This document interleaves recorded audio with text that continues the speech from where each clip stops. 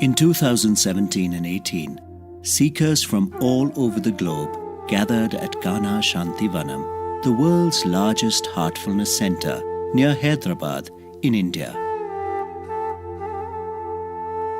They came together to intensify their practice of meditation and also deepen their understanding of 10 guidelines for daily living that form an integral part of the heartfulness movement. These 10 maxims were written in the 1940s by the great spiritual scientist Ramchandra of Shahjahanpur, affectionately referred to as Babuji. They were the result of Babuji's lifelong spiritual practice, observation of the vibratory patterns of nature, and direct experience under the tutelage of his guide, Lalaji Maharaj. Babuji offered a simple method called Sahaj Marg, or the natural path, as a means for spiritual evolution. A heart-based meditation practice assisted by yogic transmission.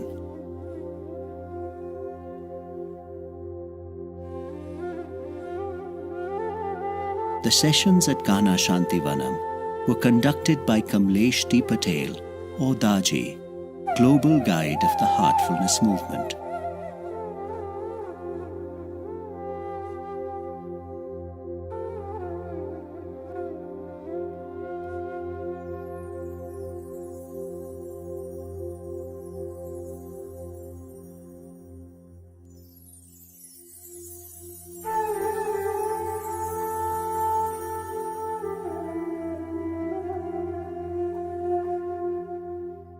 Fix your goal, which should be complete oneness with God.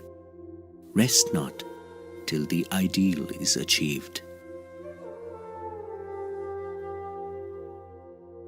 In traditional yogic theory, Gyan, Karma, and Bhakti, or knowledge, action, and devotion, are 3 different paths to the infinite.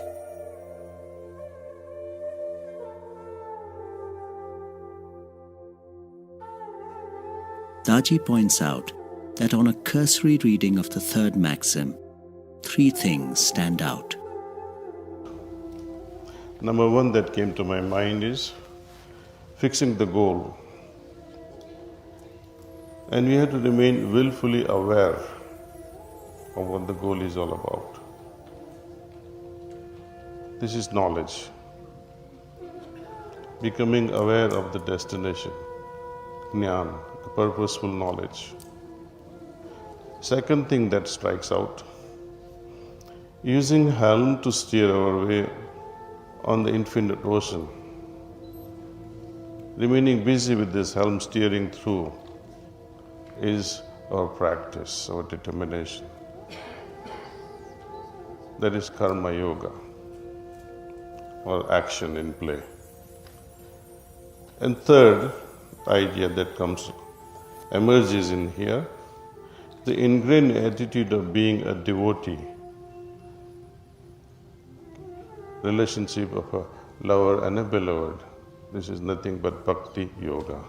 So in short passage, Babuji Maharaj has brilliantly elucidated 3 different yogas and brought them together, Karma Yoga, Gyan Yoga, and Bhakti Yoga.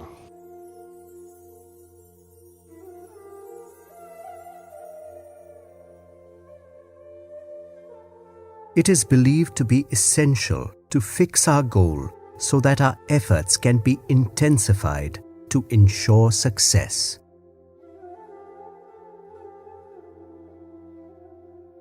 However, we all experience that our goals keep changing throughout life. As children, as teenagers, and as adults, we have different goals. Our goals also change with our perspective. When we think from the viewpoint of our physical bodies, we want pleasure. Our spirit, on the other hand, craves happiness. But both pleasure and happiness are temporary.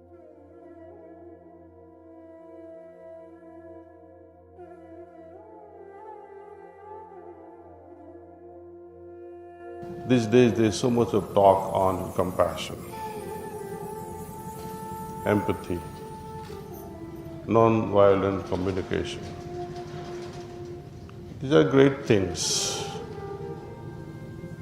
Loving attitude, it's wonderful. In the East, the idea of liberation, it haunts everyone. Moksha, they don't want to be born again and again because of so much of suffering perhaps, so much of poverty perhaps, so much of misunderstanding in day-to-day life in the family. They get fed up. So it's easy to say, I don't like to be born again and again, and why go to the schools and colleges and love affairs and breaking of hearts all the time. So out of frustration, they say, okay, enough, I like to exit from such a cycle. So they make a goal, I don't want to be born again. That means they want to feel liberated. But what will you do after liberation? What will you do with compassion? What will you do with all this? It will have further action. Lalaji puts very beautifully, what is the purpose of knowledge? That is also our goal sometimes in our life. We say, I like to acquire a lot of knowledge. What is the purpose of knowledge? What do we want to achieve with this knowledge? If I have the enough knowledge for the moment to steer through in life, it's good enough. So, compassion, it's great. Love is great. Working with harmony and unity, it's great. But that can never become ultimate goal. Anything that leads to something and that something also has a consequence, then that cannot become my ultimate goal. If knowledge is the goal for now, but if knowledge is going to take me somewhere, then that cannot become my ultimate goal. It can be only temporary.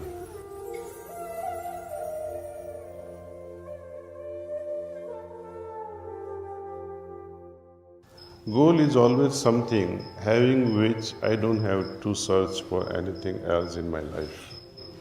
That is the ultimate goal.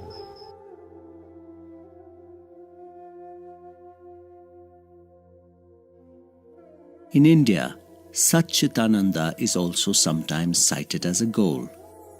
It denotes truth, consciousness, and bliss. However, this too is not permanent. What will you do with this Anandam anyway? It is good. All these things are required in our day-to-day life, no doubt. Pleasures are needed, happiness is needed, bliss is needed. But according to Babuji again, he says going beyond bliss into non-bliss state where there is nothingness. It is not that there is nothing at all, but that pure sublime state, which is difficult to describe actually. It's only our experience will tell us when we arrive at that state.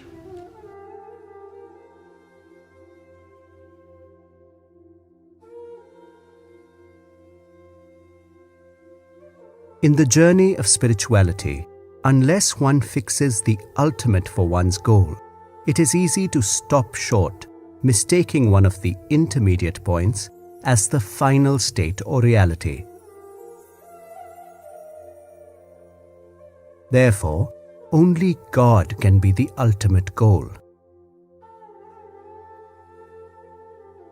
For a new seeker, the idea of oneness with God is not an easy concept to grasp. Many are uncomfortable with the very idea of God. However, God, or the ultimate, is the very purpose of spiritual practice. It is the foundation of everything. The problem occurs when we try and define God, when we see Him as a judge, a giver, or a protector. All definitions of God are bound to be untrue. How can we define the state of perfect balance that existed before creation, the state beyond the singularity? The true definition of God is revealed to the individual in the innermost core of one's heart at the opportune moment. Let's not get carried away and say, oh, my goal is God realization. Though our maxim says, fix your goal which should be complete oneness with God. That's the ultimate thing. But for now, what is my goal? My goal is to appreciate what has been given to me now at this moment. Digest it, expand it. A while back, I was sharing in a lighter way how these 5 vowels helps us in our spiritual practice. 5 vowels are A, E, I, O, U. Right? A is about acquiring the condition. When we meditate, we acquire the condition.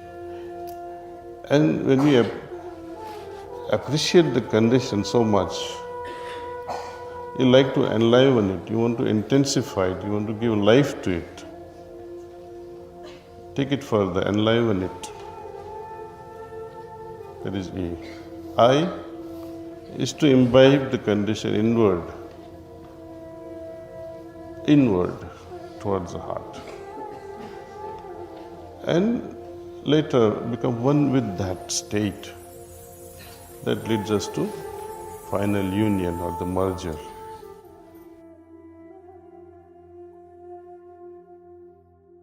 There are various ways to experience ever more refined states of being. With a daily practice like heartfulness, we can make ourselves more receptive. Daily, when we go through all these practices and we become more and more worthy, more and more capable of holding those refined states, then more such states will be downpoured or downloaded into our system. If my inner being is not capable of holding, if it is not capable of even digesting something, it will not be downloaded. System will reject it. So daily practice prepares us to receive higher and higher doses of various states. I don't expect to receive the finalmost state in the very first sitting. No, it will only give us the glimpse of it. Second sitting will be a glimpse of it. Third, such glimpses goes on and on. Like a guy who visits a gym and starts lifting weights. You don't expect a guy to lift weights 100 pounds on the first session in the gym. He'll have to start with 5 kilos and 10 kilos and slowly increase by kilo or pound by pound and build up the muscle system.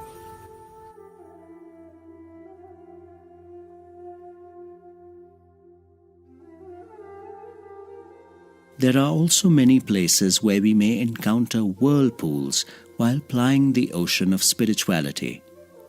But the strength of our will and confidence will help us overcome such whirls and proceed on straight to the destination.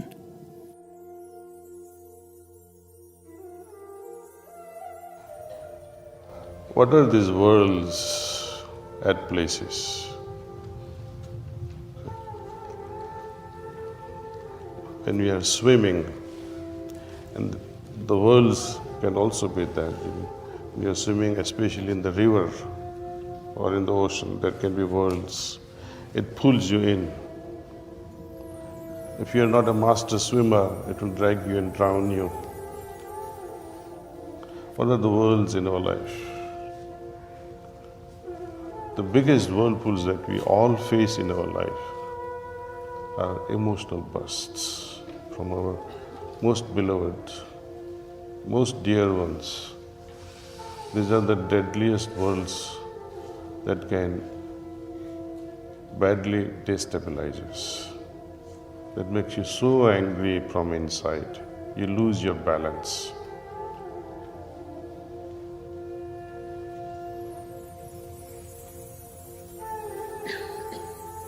how to come out of such emotional whirlpools that keep on dragging us. Should I stop swimming in the river? Should I avoid such a family member altogether? What do I do when I get succumbed to such whirlpools and bursts of anger emerges from my system?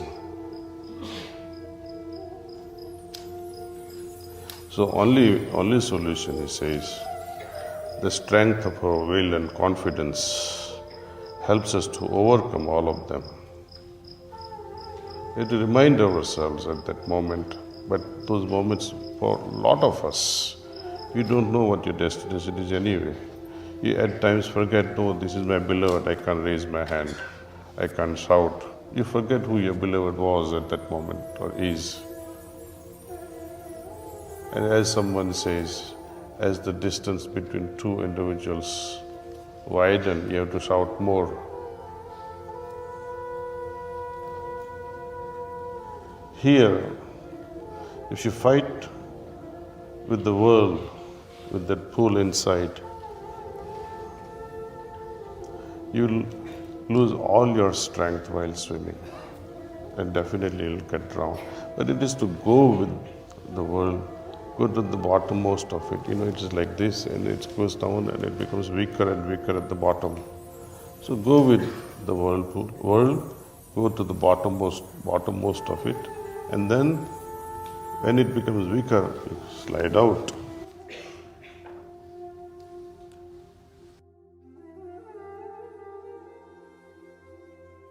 The journey may appear long, but once we set the ultimate for our goal, we are not daunted by it. Daji goes on to point out the different terms that Babuji uses to describe the goal. He describes the goal in many different words. He describes goal as ideal, which is to be highest. He also described this as that something that is associated with the absolute. Highest ideal, something that is associated with the absolute. Then he gives another word, infinite absolute. Then he calls that highest also as the supreme. Next passage he calls it as the great being. Also calls it as my beloved. He addresses that highest as the Lord, also as the reality. So in many ways he has tried to describe the highest state. It can appeal to an intellectual mind, to a devotee, all kinds of minds it covers with this sort of description. But out of all the entire thing, what appeals me the most is this sentence, divine help does come, no doubt, but only when the Supreme is convinced of the devotee's earnestness of purpose. This I had read so many times but didn't appeal to my heart as much as when I understood that, my faith in God is strong. I was always thinking from my side. But it is also important that he should have trust in me too. He should be sure that this fellow is earnest, he is sincere, he is really searching, he is authentic. Otherwise, why would he fool around with us? If your goal is in sight, your mind is not wavering,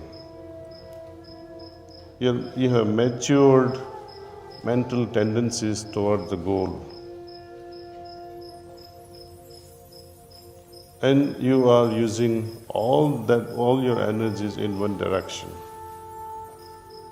then the Supreme will say, yes, this is matured mind, seeking mind, authentic mind. Let me come to rescue. Those who are authentic, those who are matured, those upon whom God can have reliance, they are kept on a fast track.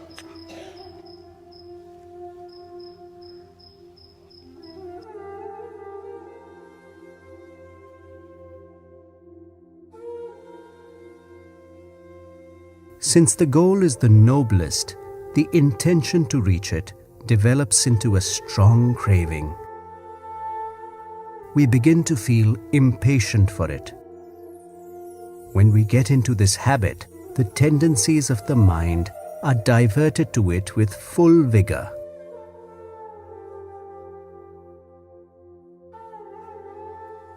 We have to create in us this intense longing or extreme impatience, which helps our passage to God.